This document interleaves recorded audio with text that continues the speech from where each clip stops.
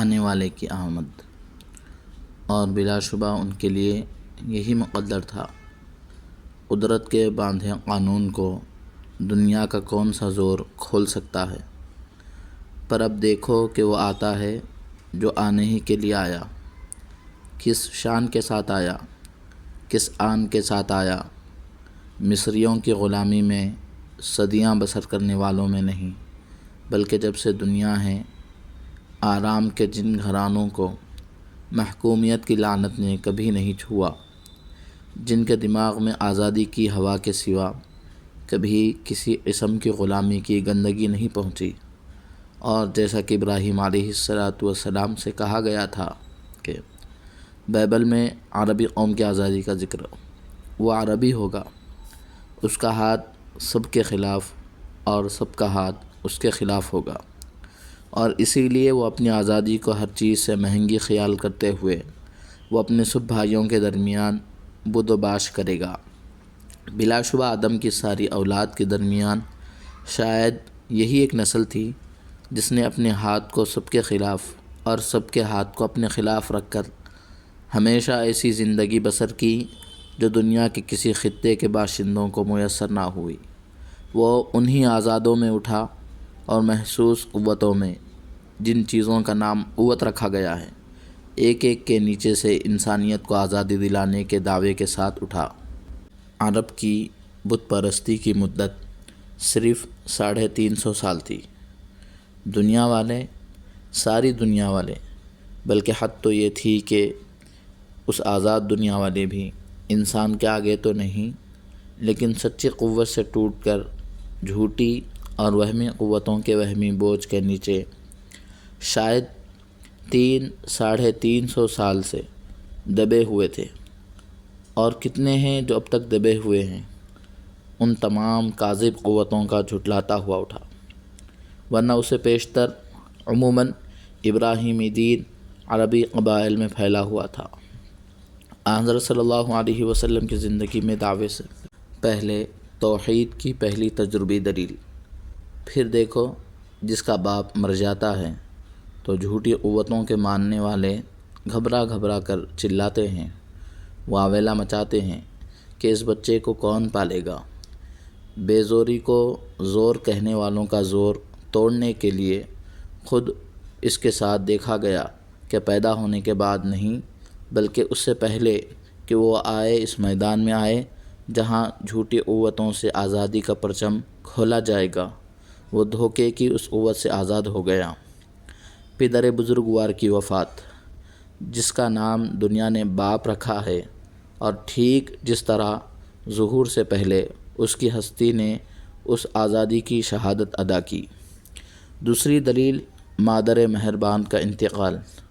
نمود کے ساتھ ہی چند ہی دنوں بعد اس غلط بھروسے کا تکیہ بھی اس کے سر کے نیچے سے کھینچ لیا گیا جس کو ہم سب ماں کہتے ہیں۔ ابو طالب کی جز معاشی، حقیقت جتنے بین اور شاندار چہرے کے ساتھ اب اس بے مادر و پدر لاوارث یتیم کی پیشانی سے چمک رہی تھی، نہ چمکتی اگر کہیں بجائے بے مایہ و بے بضاعت عم محترم ابو طالب کے خدا نخواستہ آپ کی نگرانی مکے کے ساہوکار عبد العزیٰ المشہور بھی ابو لہب کے سپرد ہوتی۔ لیکن شیر کے بچے لومڑی کے بھٹوں میں نہیں پالے جاتے، جس قطرے کی قسمت میں موتی ہونا ہے وہ گھونگوں اور مینڈکوں کے منہ میں نہیں گرتا۔ چچا اور چچا کے خاندان کی خدمت۔ غریب ابو طالب کی کفالت سے اس کے برہانی وجود میں کیا ضعف پیدا ہوتا، جس کے متعلق شاید بہتوں کا علم نہیں ہے کہ مدتوں ان کی یعنی ابو طالب کی گزران ان قرارید ہی پر تھی جو بکریوں اور اونٹوں کے چرانے کے صلے میں ان کا یتیم بھتیجا مکے والوں سے مزدوری میں پاتا تھا۔ کیسی عجیب بات ہے، جو اپنے حقیقی بچوں کی پرورش کا بوجھ بھی اپنے سر پر نہیں اٹھا سکتے تھے، اور اسی لیے مجبوراً جعفر عباس کی اور علی رضی اللہ عنہم اس کی گود میں ڈال دیے گئے، جن کی گود میں وہ پلنے کے لیے پیدا ہوئے تھے رضی اللہ تعالی عنہم۔ تو پھر یہ کیسا بے بنیاد وہم ہے کہ جس کو خود قدرت کا ہاتھ براہ راست پال رہا تھا، اس کی پرورش کی تہمت اس کے سر جوڑی جاتی ہے، جس کی اگر سمجھا جائے تو شاید عمر کا ایک بیشتر حصہ اسی کے بلبوتے پر گزرا جو ان کا پروردہ سمجھا جاتا ہے۔ پانچویں دلیل، حلیمہ سعدیہ رضی اللہ عنہا کی رضاعت۔ فہموں کے قلہ بازیاں اس مسئلے میں بھی تقریباً اسی قسم کی ہیں جو حلیمہ سعدیہ رضی اللہ عنہا کے متعلق سمجھ کے پھیر سے بلا وجہ پیدا ہوئیں۔ آپ کو حلیمہ سے دودھ ملا یا حلیمہ کی اونٹنی، حلیمہ کی بکریوں، حلیمہ کے شوہر، حلیمہ کے بچوں، بلکہ آخر میں قبیلے والوں تک کو، ان سب کو دودھ آپ ہی کے ذریعے سے ملا۔ اس میں واقعہ کیا ہے اس کو سب جانتے ہیں، لیکن نہیں جانتے یا نہیں جاننا چاہتے ہیں۔ صحرائے عرب اور وادی کشمیر، جب وہ اسی سرزمین سے اٹھا کر دنیا کو دعوت دیتا ہے، کیا اس کے اس دعوے میں زور اس سے پیدا ہوتا ہے کہ وہ کشمیر کی گلریز کیاریوں، سوئٹزرلینڈ کی نزہت انگیز وادیوں، شام کے فواکہ خیز باغوں سے عالم کو پکارتا کہ جو نظر آتے ہیں نہیں اپنے، جو نظر آتے ہیں نہیں اپنے، جو ہے اپنا نظر نہیں آتا۔ چھٹی دلیل، وطن کے دیوتا کی شکست۔ ان ملکوں میں جو نظر آتا ہے، ان سرابی مغالطوں کے چکروں میں گھوم کر کتنے پیاس ہی کی حالت میں یہ کہتے ہوئے ہمیشہ کے لیے تہ نشین ہو گئے کہ جو ان کی ایک اینچی آنکھوں میں نہیں ہے وہ واقع بھی نہیں۔ حالانکہ اگر محسوسات کی نظر فریبیوں کے پھندوں سے ان کی عقل کی گردنیں آزاد ہوتیں تو اسے اپنی آنکھوں میں بھی اسی طرح پاتے جس طرح وہ ان کے باہر پایا جاتا ہے۔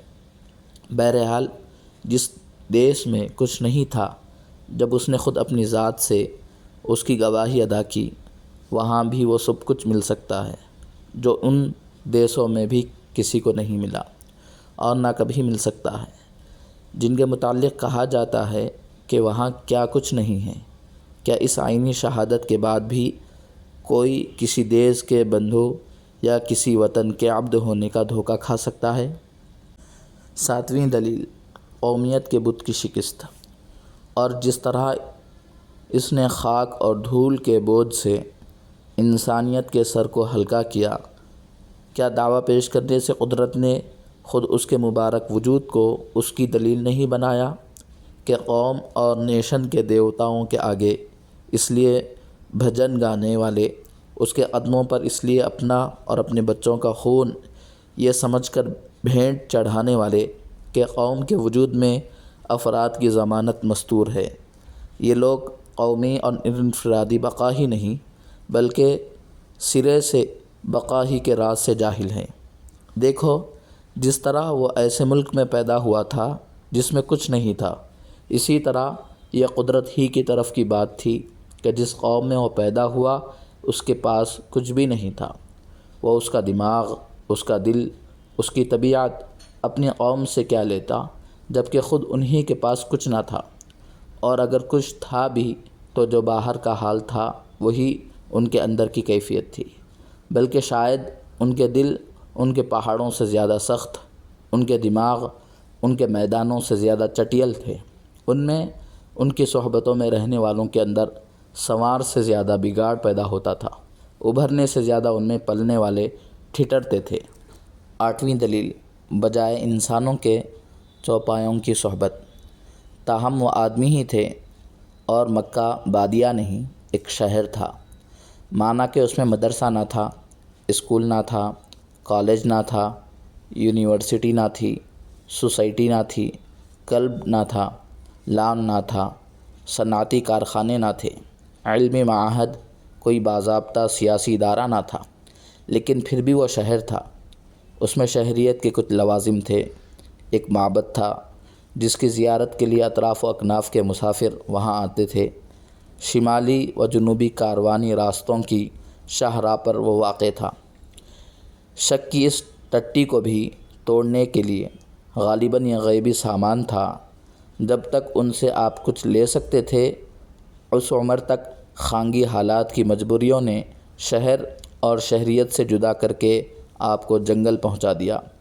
بجائے آدمیوں کے چراگاہ کے چرندے آپ کے ساتھی ٹھہرائے گئے۔ مشغلہ تجارت میں مشغول ہونے سے پہلے تقریباً 22-23 سال کی عمر تک آپ کے اوقات کا یہی نظام تھا کہ صبح ہوئی گھر سے بکریوں کے مندوں، اونٹوں کے گلوں کے ساتھ لیے بہت دور صحرا میں چلے جاتے۔ شام ہوئی، سب کے گھر ان کے مویشی پہنچا دیے گئے۔ گھر پہنچے، جو کچھ دیا گیا کھا لیا، اور تھکے ہوئے گلہ بانوں کی طرح بنی نوع انسان کا یہ سب سے بڑا گلہ بان سو جاتا تھا۔ شہر میں کیا ہوتا ہے، کون آتا ہے، کون جاتا ہے، شاید ہی اس کو خبر کبھی ملتی ہو۔ عہد طفلی میں شرک سے برات۔ اسی سے اندازہ ہو سکتا ہے کہ گلہ بانی کی اس پوری زندگی میں صرف ایک دفعہ، جیسا کہ اس عمر کا تقاضا ہے، کسی برات کے تماشا دیکھنے کا خیال پیدا ہوا۔ شاید اس شوق میں چراگاہ سے سویرے واپس آ گئے۔ شام ہوئی، ضروریات سے فارغ ہو کر صاحب تقریب کے مکان پر پہنچے۔ برات کی دھوم دھام ابھی شروع بھی نہیں ہوئی تھی کہ چراگاہ کی تیگ و دو کی ماندگی نے تھپکیاں دے کر سلا دیا۔ آنکھ کھلی تو تماشے ختم ہو چکے تھے، اور مشرق کا رقاص افق عالم پر ناشتا ہوا اپنا تماشا پیش کر رہا تھا۔ دھوپ نکل چکی تھی۔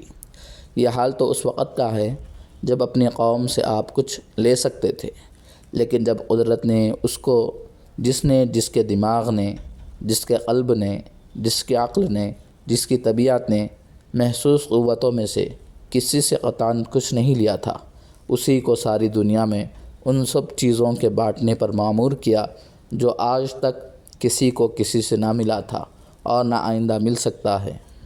صلی اللہ علیہ وسلم۔